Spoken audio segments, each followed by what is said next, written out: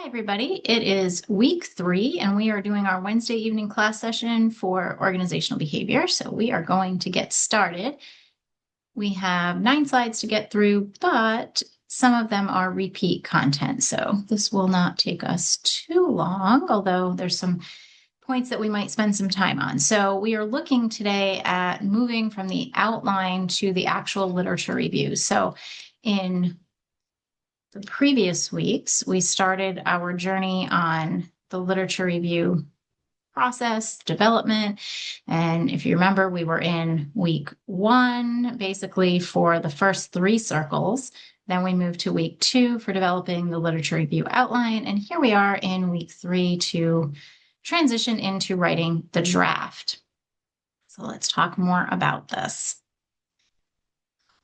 In week 2, I made some comments on some of your work about headings and just thinking about what the appropriate headings are, whether any given section should have a level 1 heading or a level 2 heading. Probably for a work of the length that you're doing for week 3, you're probably not going to have more than level 2 headings.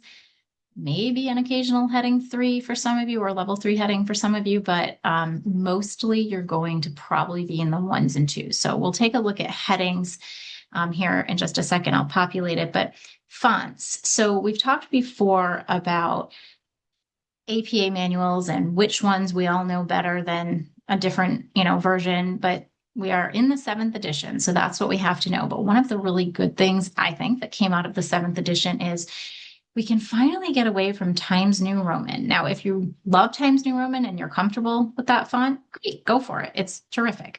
But you have some options if you'd like to move away from it. One thing you have to keep in mind with your font style is your font size. So if you stick with Times New Roman, it's the traditional 12-point type font size. If you move to Calibri, Arial, or Georgia, then you're reducing that to an 11-point size. And if you go with Lucida Sans Unicode, then you are at a 10-point. Again, I don't make the rules. These are just what we have to follow. But it does make sense because the ones here, like where you're needing to do an 11 versus a 12, it's because the font is actually a little bigger. And if you compare them side by side, an 11 in Calibri is comparable to a 12 in Times New Roman. So just something to keep in mind if you'd like to branch out in your font options. All right, so now looking at the headings. So we'll talk about this oval up here in a second. Typically, you'll have a title, right?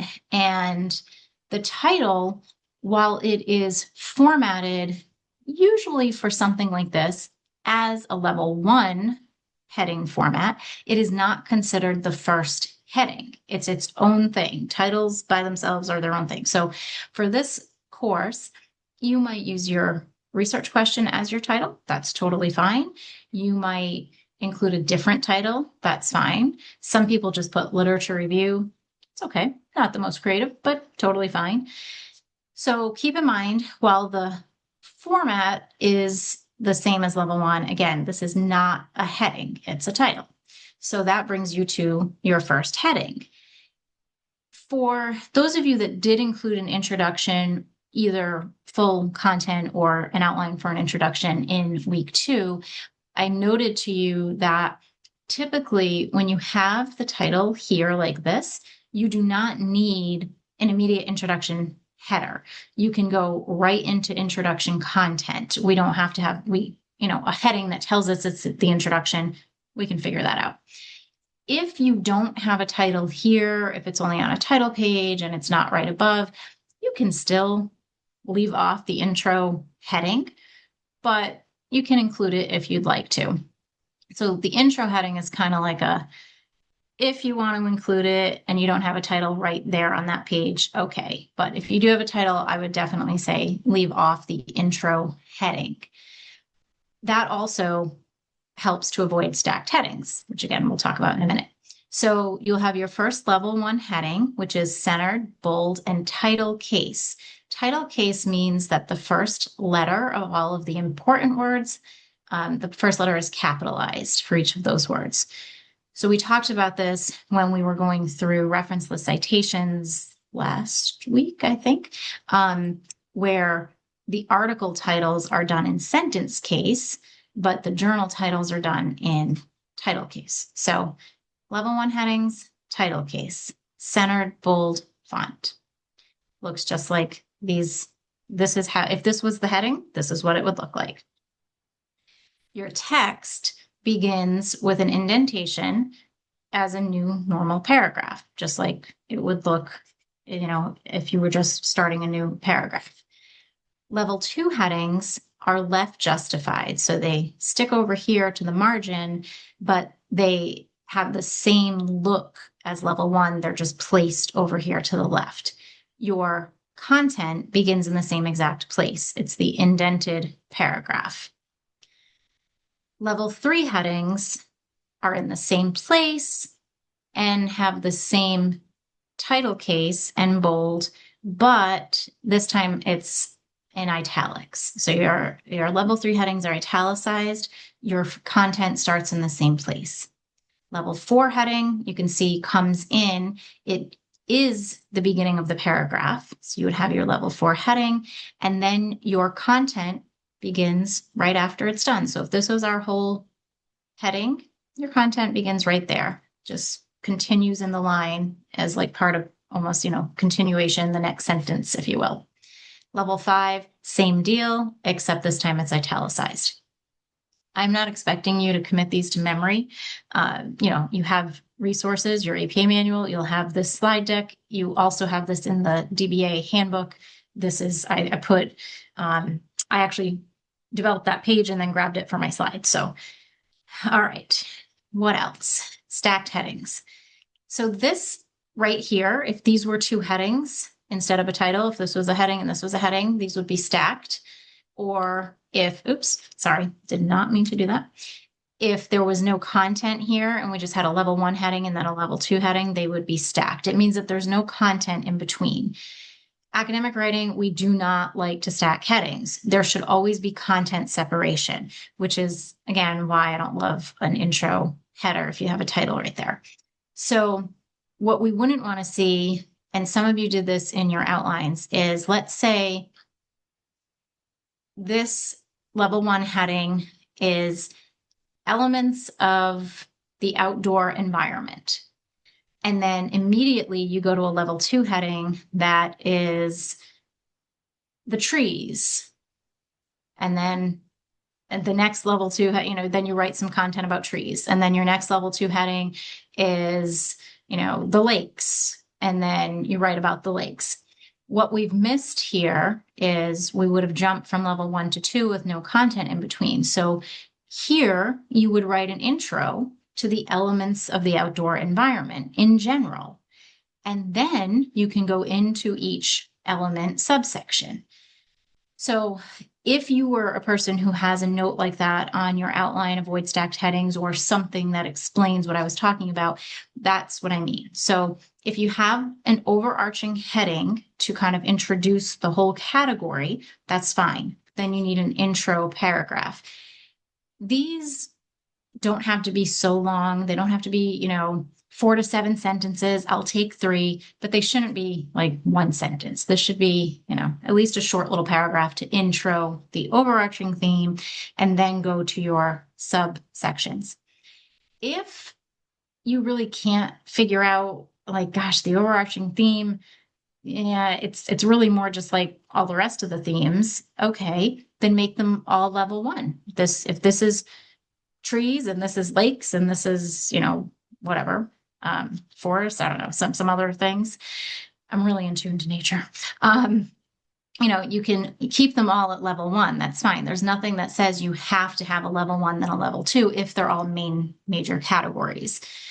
So just keep this in mind. Always have content between headings. Avoid your stacked headings. If you saw a note from me, which probably in week 2 you didn't see this, sometimes I write avoid like orphaned headings or hanging headings is usually what I'll write.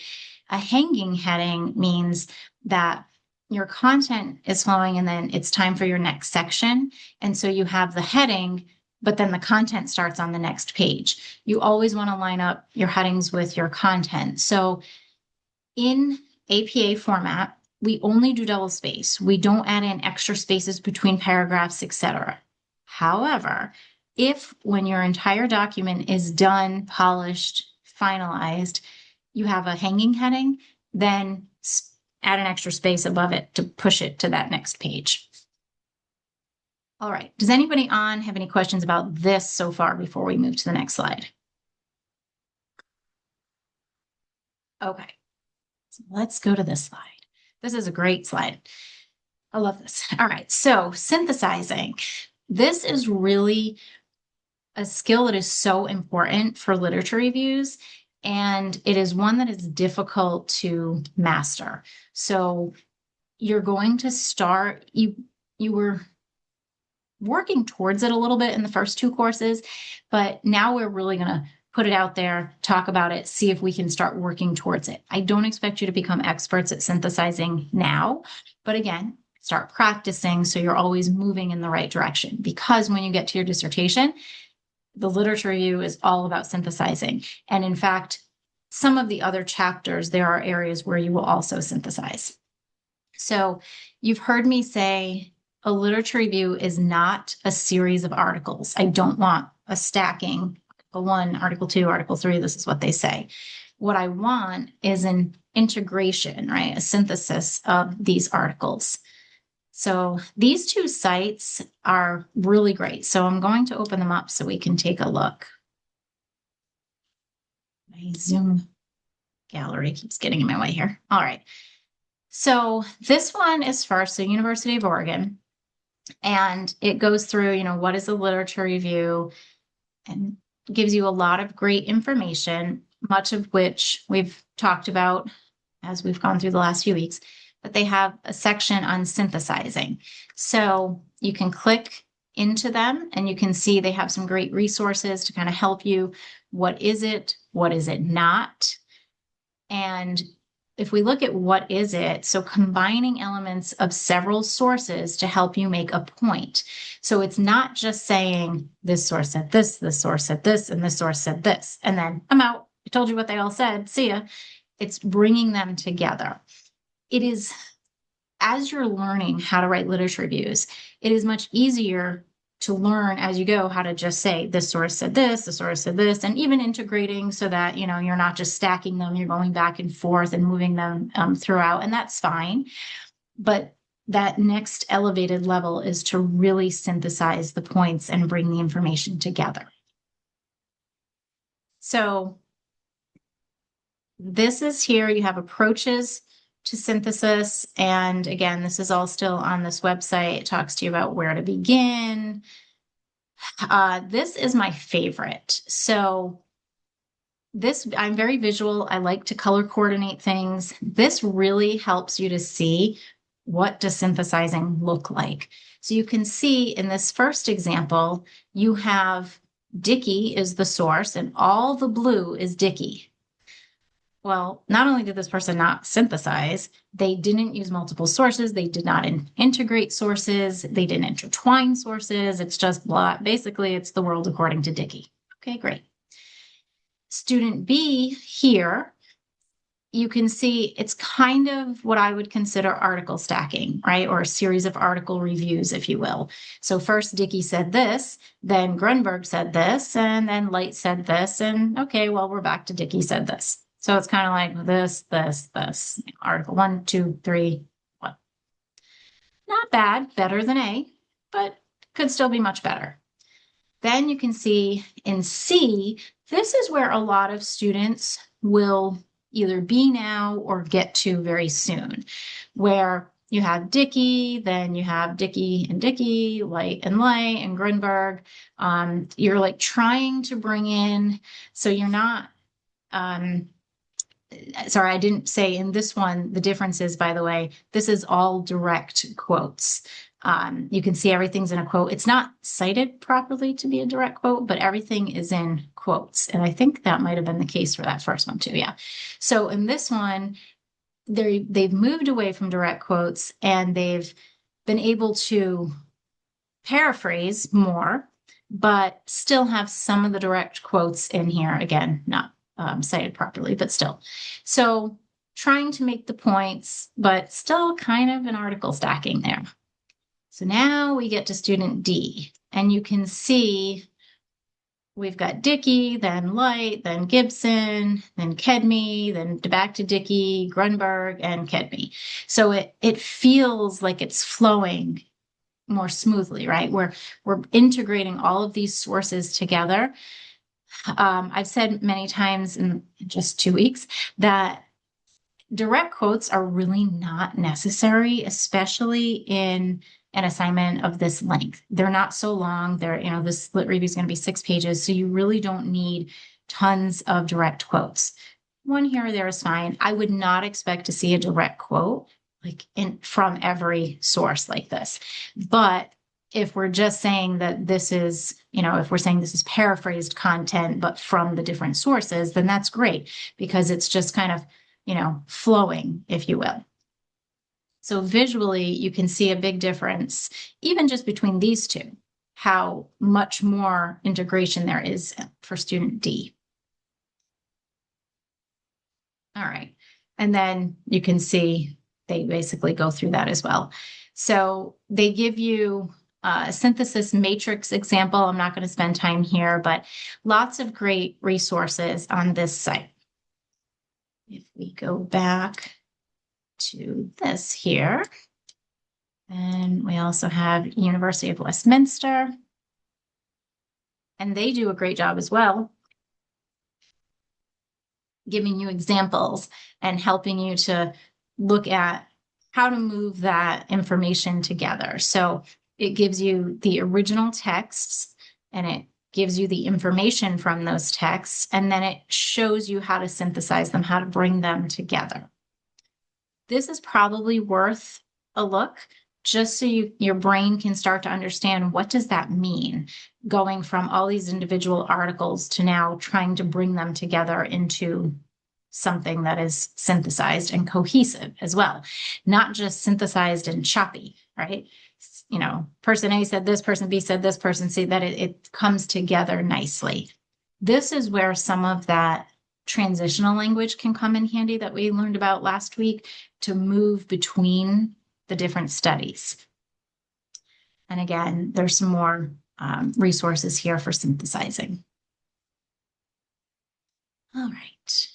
So this is one of my favorite topics because it's not something that we talk about often, but is definitely needed. All right, moving on. So synthesizing your points, do this list of things. Do not do this list of things. And it's pretty much exactly what I've been saying the last, however long I've been talking, 15, 20 minutes. So again, cohesion, always think about cohesion. Your product needs to flow well, should be very smooth. It should move smoothly. The reader should be able to move smoothly through the writing. All right. Paraphrase. So I have said this, but I just want to stress the importance here. So I think of paraphrasing as your words, their thoughts, right? So a literature review, you can see I've put here, it's a fine balance of including your direction without including your thoughts. So you got to decide on your research direction. In this case, I gave you the research questions. You could change them if you wanted, but either way, whether you chose one that I gave you or altered it or developed your own, that's the direction that you're going in, right? So that's by choice.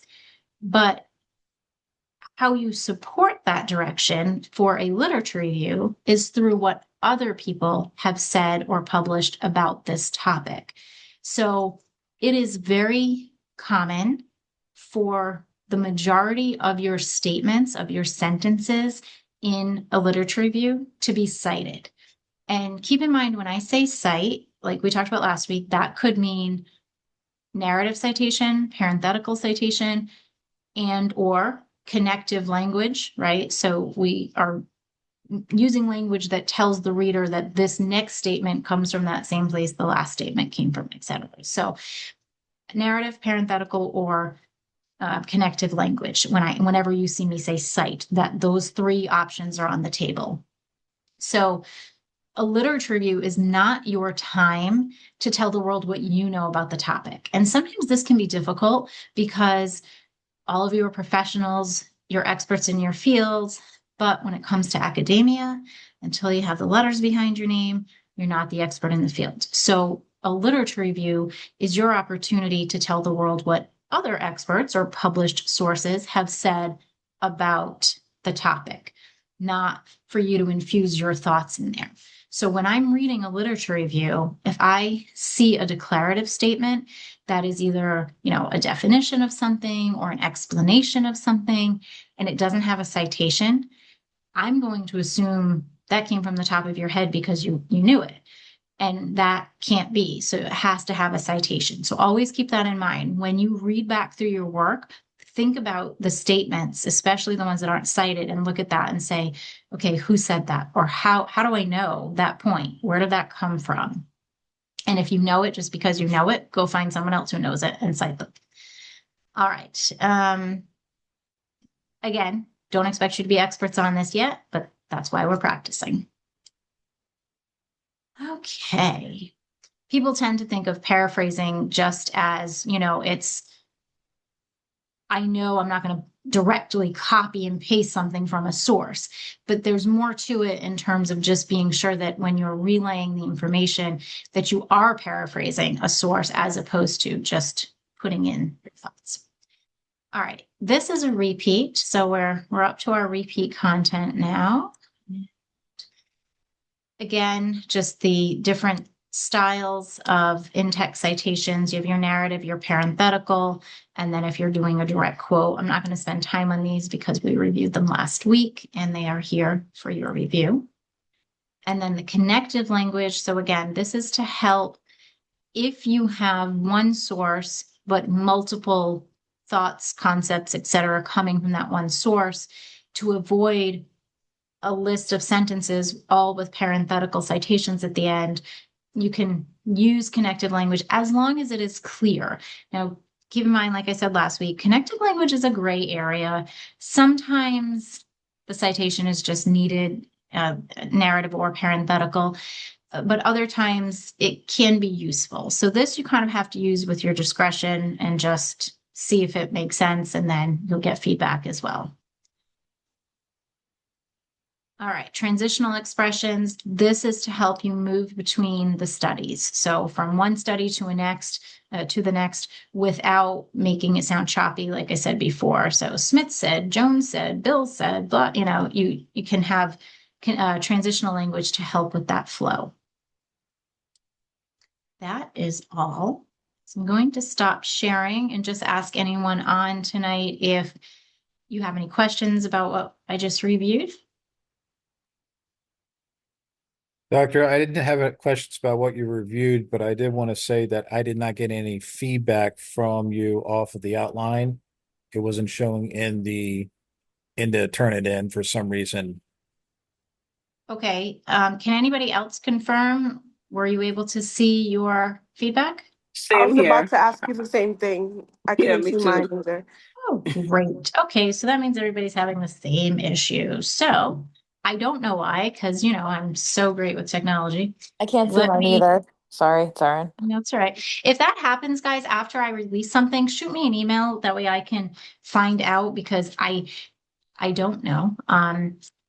I'll look into it in a second while we're still on, but for sake of recording, does anybody, if you're watching this, hopefully by the time you watch this, I will have fixed it and I'll send an announcement. Are there any other questions related to this content? All right, I will stop recording. If you're watching this and have questions, please feel free to reach out. Thanks for watching.